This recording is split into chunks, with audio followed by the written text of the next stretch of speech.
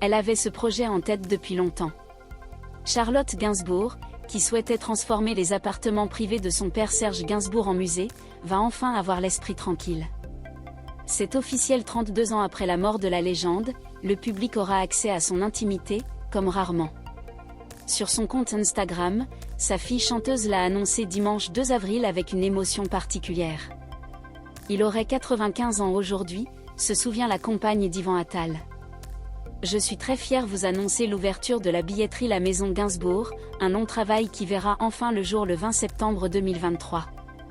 Depuis la disparition Serge Gainsbourg, datant 1991, les fans de l'artiste se rendent en pèlerinage devant le 5 bis rue Verneuil, dans le 7e arrondissement Paris. Beaucoup rêvaient de pouvoir entrer entre ces 4 murs. Munis d'un billet, les visiteurs peuvent d'abord entrer dans la maison, puis le parcours se poursuivra au 14 cette même rue où un musée retracera la vie de mon père à travers ses œuvres et sa collection pièces emblématiques, précise Charlotte Gainsbourg dans un communiqué.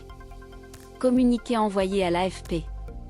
Les festivités se termineront, enfin, dans une librairie-boutique ainsi qu'au Gainsbar, un café et piano-bar.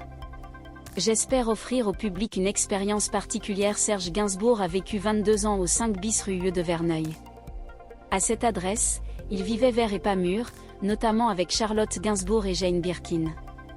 Si l'on en croit les rumeurs, l'intérieur est resté parfaitement intact depuis sa mort le 2 mars 1991. En imaginant ce nouveau lieu de culture, Charlotte Gainsbourg espère accueillir près de 100 000 visiteurs par an. Elle souhaite également offrir une programmation in situ, numérique et hors site. Il faudra être rapide pour faire partie des premiers visiteurs. La billetterie ouvre à partir du mardi 4 avril, exclusivement en ligne, pour les premières réservations de septembre à décembre 2023.